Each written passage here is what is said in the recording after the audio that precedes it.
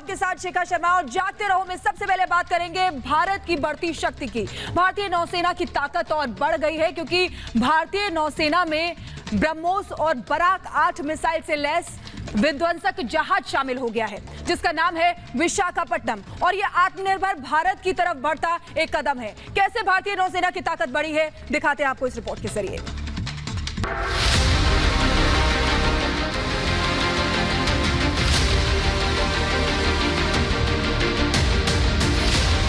ये तस्वीरें उस नए विध्वंसक जहाज की हैं जो भारतीय नौसेना को मिला है।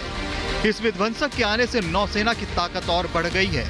इसमें मिसाइलों को लॉन्च करने की शक्ति है, यानी जहाज से ही मिसाइलें छोड़ी जा सकती हैं, जो दुश्मनों को निशाना बनाएंगी।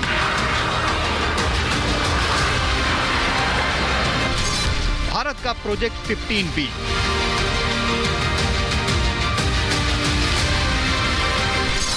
नौसेना को मिला विध्वंसक युद्धपोत।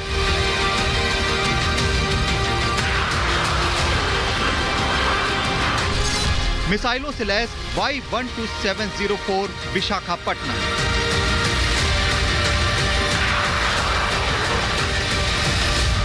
ये भारतीय नौसेना की नई शक्ति है। ये तस्वीरें भारत के नए दिशा निर्देशित मिसाइल विध्वंसक की हैं। इस विध्वंसक पोत की लंबाई 164 मीटर और विस्थापन क्षमता 7500 टन है। ये पोत supersonic surface to surface BrahMos missile और Barak 8 long range surface to surface missile से लैस है। इसमें एंटी सबमरीन वेपन और सेंसर लगाए गए हैं। इसमें शक्तिशाली टॉर्पीडो ट्यूब लॉन्चर्स और रॉकेट लॉन्चर्स भी दिए गए हैं। इसे मुंबई के Mazagon dock ship builders limited ने बनाया है। इसमें लगी 75% सामग्री देश में ही बनी है, जिसमें मिसाइलें और एंटी सबमरीन रॉकेट लॉन्चर भी शामिल हैं। प्रोजेक्ट 15B के तहत ऐसे 4 युद्धपोत बनने हैं, जिनमें विशाखापट्टनम पहला है। देश के चारों कोनों के प्रमुख शहरों के नाम पर इन 4 जहाजों का नामकरण किया गया है। ये नाम है विशाखापट्टनम, मोर्मुगांव, इम्फाल और सूरत। इस युद्धपोत पर करीब 312 कर्मचारियों के रहने की सुविधा है। विशाखापट्टनम नाम के इस युद्धपोत का निर्माण और वितरण स्वदेशी युद्धपोत निर्माण कार्यक्रमों को देखते हुए सरकार और नौसेना के लिए बहुत बड़ी उपलब्धि है। यह आत्मनिर्भर भारत की शक्ति दिखाता है। Bureau report, Republic Bharat. और अब बात करेंगे पाकिस्तान की, जहां इमरान सरकार के हाथ पैर फूलते नजर आ रहे हैं। टीएलपी का प्रदर्शन लगातार बढ़ता जा रहा है और भी ज्यादा हिंसक होता जा रहा है क्योंकि ये लोग अपने नेता की रिहाई की मांग कर रहे हैं। अलग अलग शहरों से लोग इस्लामाबाद की तरफ मार्च कर रहे हैं। हालात इतने खराब हो गए हैं कि इनके और पुलिस के बीच में फायरिंग तक हो गई है।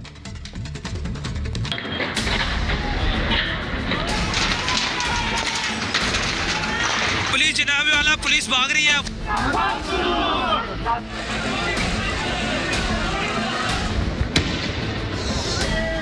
देखो, पाकिस्तान में हिंसा पर रोक नहीं।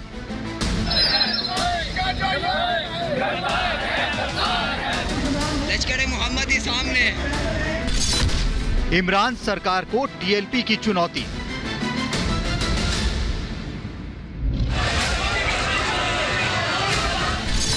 जगह जगह प्रदर्शन और हिंसा। पुलिस जनाबे वाला, पुलिस। पाकिस्तान में 22 अक्टूबर से शुरू हुआ हिंसा का दौर थमने का नाम नहीं ले रहा है, बल्कि ये और बढ़ता जा रहा है। लाहौर से शुरू हुआ तहरीके लब्बैक पाकिस्तान यानी टीएलपी का प्रदर्शन हिंसक होता जा रहा है। ये दूसरे शहरों में फैल चुका है। टीएलपी के हजारों कार्यकर्ता अलग अलग शहरों से इस्लामाबाद की ओर मार्च कर रहे हैं। इन्हें रोकने के लिए भारी पुलिस बल तैनात है। इस्लामाबाद के चारों ओर सुरक्षा का घेरा बना दिया गया है। जगह जगह भिड़ंत हो रही है।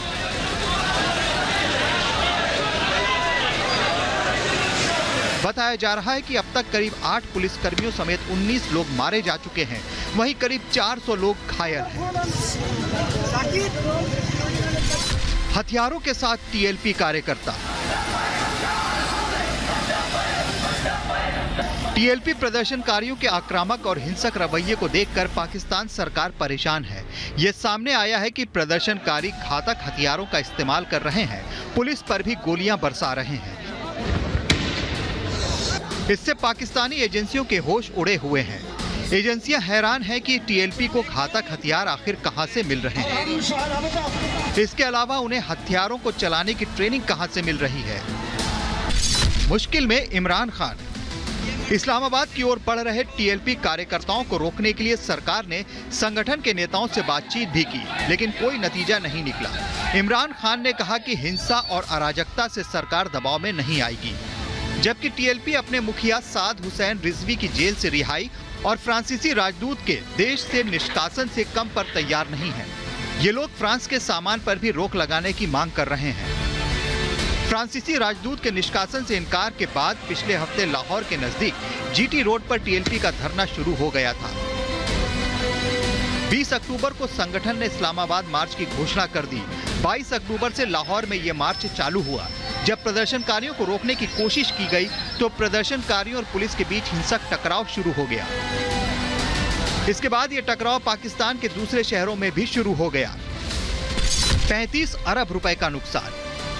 टीएलपी ने पाकिस्तान सरकार की हालत खराब कर दी है। पाकिस्तान को भारी नुकसान हुआ है। बताया जा रहा है कि इस हिंसा और प्रदर्शन के चलते देश की अर्थव्यवस्था को 35 अरब रुपए का नुकसान हो चुका है। क्या है टीएलपी? तहरीके लब्बैक पाकिस्तान एक इस्लामी चरमपंथी राजनीतिक दल है। पार्टी की स्थापना खादिम हुसैन रिजवी ने अगस्त 2015 में की थी। ये 2018 के पाकिस्तानी आम चुनाव में 5वीं सबसे बड़ी पार्टी बन गई, लेकिन नेशनल असेंबली और पंजाब विधानसभा में कोई भी सीट नहीं जीत सकी। टीएलपी ईस्ट निंदा कानून में किसी भी बदलाव का विरोध करती है। 2020 में खादिम हुसैन रिजवी की मौत के बाद उनके बेटे साद हुसैन रिजवी टीएलपी के प्रमुख बन गए। फिलहाल वो जेल में बंद है और उनकी रिहाई इस हिंसा के पीछे एक बड़ा मुद्दा है। साद हुसैन रिजवी को पाकिस्तान के पंजाब प्रांत की सरकार ने 12 अप्रैल को हिंसा भड़काने के आरोप में गिरफ्तार किया था। इसके बाद भी काफी प्रदर्शन और हिंसा हुई थी।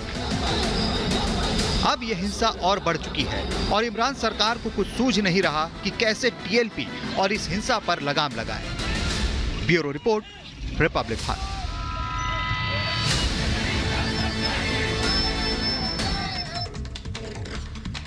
और इधर तालिबान का सबसे बड़ा नेता हैबतुल्लाह अखुंजादा पहली बार दुनिया के सामने आया है। इससे पहले यह कहा जा रहा था कि उसकी मौत हो गई है, लेकिन अफगानी मीडिया और सोशल मीडिया पर एक वीडियो सामने आया है जिसमें अखुंजादा कंधार के एक मदरसे में एक मीटिंग में लोगों के जमावड़े में गया था।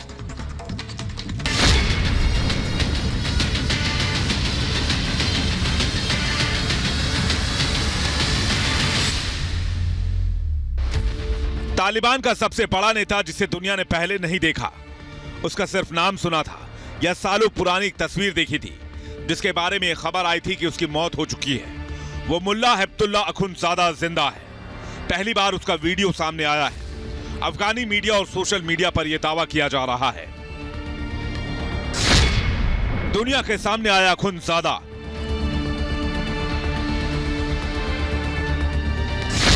तालिबान का सुप्रीम लीडर है अखुंजादा।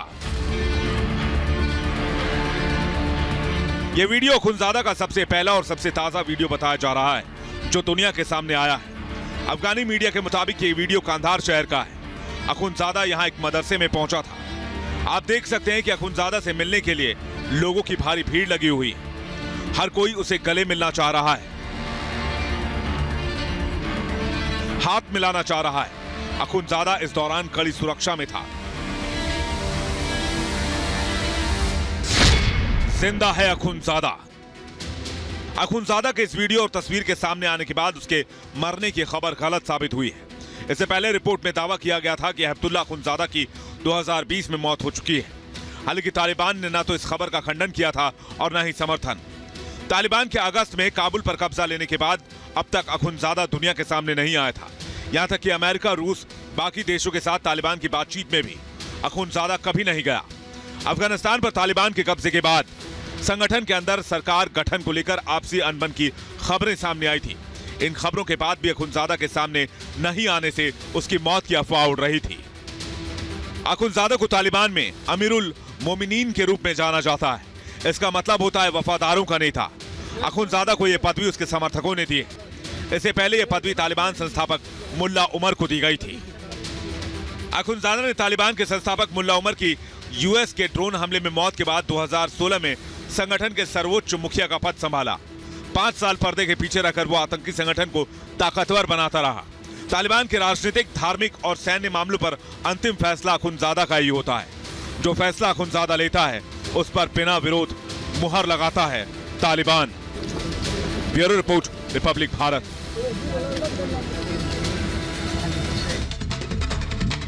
और आर्यन खान क्रूज ड्रग्स मामले में एनसीबी के जोनल डायरेक्टर समीर वानखेड़े और एनसीपी के नेता नवाब मलिक आमने सामने आ गए हैं। इन दोनों के बीच का विवाद लगातार बढ़ता जा रहा है। आज समीर वानखेड़े का परिवार केंद्रीय मंत्री रामदास अठावले से मिलने पहुंचा और इधर नवाब मलिक एक बार फिर से कह रहे हैं कि समीर का धर्म नहीं बदला है, वो पैदा ही मुस्लिम हुए थे और उन्होंने जाति का फर्जी सर्टिफिकेट बना के नौकरी हासिल की है।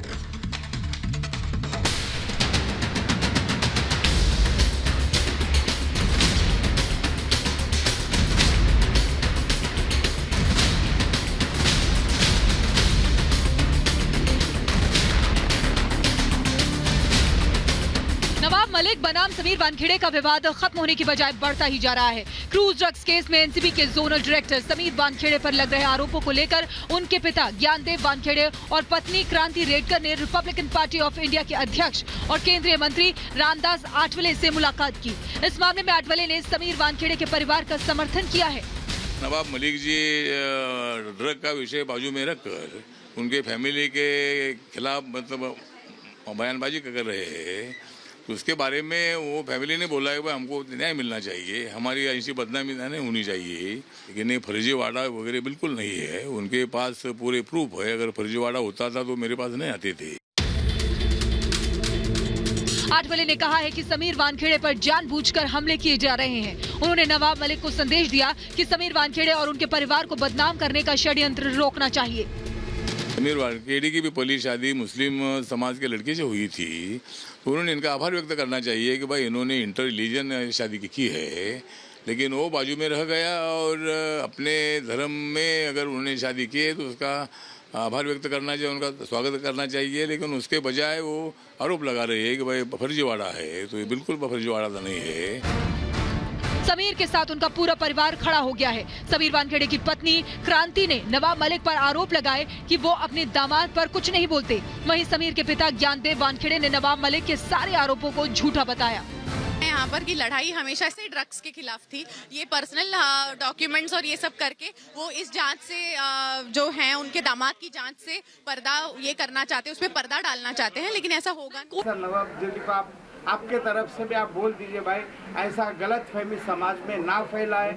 अगर आपको जो भी कहना है आप सीधा न्यायालय में, माननीय न्यायालय में जा सकते हैं। खाली आपके जवाई को, जो समीर खान उनका नाम है, उनको अरेस्ट किया एनसीबी मेरे बेटे ने, इसीलिए वो हमारे ऊपर, मेरे बेटे के, मेरे बेटी के, मेरे बहू के और मेरे ऊपर जो आरोप लगा रहे, ये जाति का, ये मैं कभी भी धर्मांतर नहीं किया। वहीं आज अनुसूचित जाति आयोग के उपाध्यक्ष अरुण हल्दर समीर वानखेड़े के परिवार से मिले। हल्दर ने कहा कि समीर वानखेड़े जान पर खेलकर काम कर रहे हैं। हल्दर ने मलिक पर निशाना साधते हुए कहा कि वो अपनी पार्टी का नाम खराब कर रहे हैं, ऐसे लोगों को बर्खास्त कर देना चाहिए। ये अपना एजेंडा को एस्टैब्लिश करने के लिए अपना दल को खराब कर रहे हैं, अपना गवर्नमेंट को खराब कर रहे हैं। मैं महाराष्ट्र गवर्नमेंट के पास अभी ये दावी करना चाहता है, इस टाइप के लोगों को अभी से अभी बर्खास्त होना चाहिए। इन सब के बीच नवाब मलिक ने एक बार फिर समीर वानखेड़े पर आरोप लगाया। नवाब मलिक ने कहा कि समीर ने कोई धर्म नहीं बदला, वो हमेशा से मुस्लिम है। समीर ने जाति का फर्जी सर्टिफिकेट देकर सरकारी नौकरी हासिल की है। दाऊद वानखेड़े ने फर्जी दस्तावेज के आधार पर शेड्यूल कास्ट का सर्टिफिकेट बनवाया और उस सर्टिफिकेट के आधार पर कंपटीशन में बैठे आईआरएस का पद हासिल किया। इस मामले में रोज नए आरोप प्रत्यारोप लग रहे हैं। दोनों ही पक्ष अपनी अपनी बात पर अडिग हैं। अब देखना यह है कि कहीं इस विवाद की आंच ड्रग्स केस की जांच पर न पड़ने लगे। Bureau report, Republic Bharat. और इधर दीपावली के मौके पर प्रभु श्री राम की नगरी अयोध्या में दीपोत्सव का आयोजन हो रहा है और मुख्यमंत्री योगी आदित्यनाथ वहां पर अयोध्या में इसका तैयारियों का जायजा लेने के लिए पहुंचे। लेकिन यहां पर बड़ी बात यह रही कि अफगानिस्तान की काबुल नदी से आए जल से मुख्यमंत्री योगी आदित्यनाथ ने प्रभु श्री राम का जलाभिषेक किया।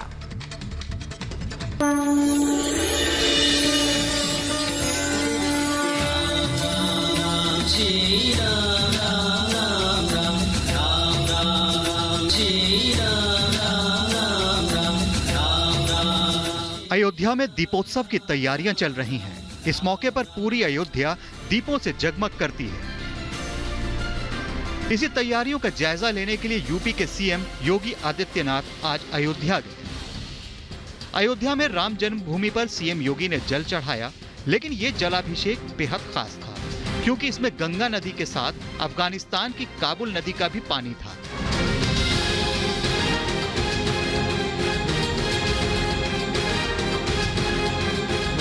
ये अपने आप में एक अनोखा मौका था। काबुल नदी से यह जल अफगानिस्तान की एक लड़की ने भेजा था। उस लड़की ने पीएम मोदी से आग्रह किया था कि काबुल नदी का पानी राम जन्मभूमि पर चढ़ाया जाए। उस लड़की की इच्छा पूरी करने के लिए सीएम योगी ने गंगा और काबुल नदियों का पानी एक साथ चढ़ाया। आज यहाँ पर गंगा जल और काबुल नदी का जल एक साथ मिलाकर के काबुल से एक बालिका ने भय के साये में जी रही उन तमाम बालिकाओं और महिलाओं के दर्द को वहाँ से भेजा है। मर्यादा पुरुषोत्तम भगवान श्री राम की इस पावन जन्मस्थली पर इस जल को अर्पित करने का भी सौभाग्य प्राप्त हुआ है। आज अयोध्या में सीएम योगी ने हनुमानगढ़ी के भी दर्शन किए। अयोध्या में दीपोत्सव का कार्यक्रम मनाने के लिए योगी सरकार जबरदस्त तैयारियों में जुटी है। प्रदेश सरकार ने गोबर से बने दियों से रामनगरी को रोशन करने की तैयारी की है। इससे पहले कल सीएम योगी ने गोबर से बने दियों से भरा वाहन अयोध्या रवाना किया था। इन दियों को राष्ट्रीय गौधन महासंघ ने 1,11,000 गायों के गोबर से तैयार कराया है। बताया जा रहा है कि दीपावली में इस बार अयोध्या में 9 लाख दिए जलाने की योजना है। इसके साथ ही शोभा यात्रा की भी तैयारियां जोरों पर है। राम की नगरी अयोध्या में हर साल दीपोत्सव कुछ इस तरीके से मनाया जाता है कि हर साल यहाँ पर रिकॉर्ड तोड़ा जाता है। पिछले 5 साल से हम देख रहे हैं कि आखिर योगी सरकार की तरफ से लगातार ये कोशिश रहती है कि आखिर राम नगरी अयोध्या में किस तरीके से उन तमाम पुराने इतिहास को जो है वो जनता के बीच लाकर रख दिया जाए। और इसी बीच हमने पिछले 5 साल में देखा है कि आखिर शोभा यात्रा कैसे निकाली जाती है। 3 तारीख को दीपोत्सव होगा और 3 तारीख को शोभा यात्रा निकाली जाएगी। लेकिन तैयारियां किस तरीके की चल रही हैं और ये जो रथ तैयार हो रहे हैं, 11 कुल मिलाकर जो है रथ तैयार किए जा रहे हैं और इन रथ के जरिए दरअसल ये समझाया जाएगा कि आखिर पूरे रामायण काल में जो है किस तरीके से क्या कुछ हुआ, किस तरीके से सीता हरण हुआ, कौन सा वो पंचवटी था जहां पर राम और सीता रहे थे, लंका दहन किस तरीके से हुआ था और कौन सा वो विमान था जिसके जरिए जो है राम और सीता दोनों जो है वो अयोध्या वापस लौटे थे। बताया जा रहा है कि दीपोत्सव के दौरान रामलला को जो वस्त्र पहनाए जाएंगे वो हरे रंग के होंगे। दीपोत्सव को लेकर अयोध्या में किस तरीके की तैयारियां हैं ये हम आपको लगातार दिखा रहे हैं, लेकिन सबसे पहले रिपब्लिक भारत पर आज हम आपको वस्त्र दिखाने जा रखे हैं। दीपोत्सव के दिन रामलला को जो वस्त्र पहनाए जाएंगे, जो कपड़े पहनाए जाएंगे, साथ ही उनके भाई लक्ष्मण, शत्रुघ्न और भरत को जिस तरीके के कपड़े पहनाए जाएंगे, क्योंकि अयोध्या में रामलला जो है अब विराजमान हो चुके हैं। मंदिर अभी बन रहा है लेकिन वो रामलला के रूप में, और इसीलिए उनके चारों भाइयों के कपड़े जो हैं वो यहाँ पर बनकर तैयार हो चुके हैं। साल के आप लोग किसी रंग को भी चूज करते हैं क्योंकि भगवा रंग हमने हमेशा से देखा है कि भगवा रंग जो है राम के लिए प्रिय माना गया है, लेकिन इस बार आपने हरा रंग चूज किया, ऐसा क्यों, कोई वजह खास? ऐसा हरा रंग नहीं, हमारे भगवान जो है दिन के हिसाब से धारण करते हैं। मंगलवार को लाल, बुधवार को हरा और बीफावार को पीला और शुक्रवार को क्रीम कलर्स और शनिवार को नीला और रविवार को गुलाबी, फिर सोमवार को सफ़ेद। 7 दिन होते हैं, 7 दिन के 7 रंग वस्त्र बनते हैं। अभी जब भूमि पूजन हुआ था तब यही प्रश्न उठा था कि हरा कपड़ा क्यों बन रहा है, तो हरा कपड़ा दिन के हिसाब से बना था। अयोध्या में दीपोत्सव मनाने को लेकर सरकार के स्तर पर तमाम तैयारियां की गई हैं। बीजेपी की ओर से भी घर घर दीपक जलाए जाने को लेकर अभियान शुरू किया गया है। Bureau report, Republic Bharat.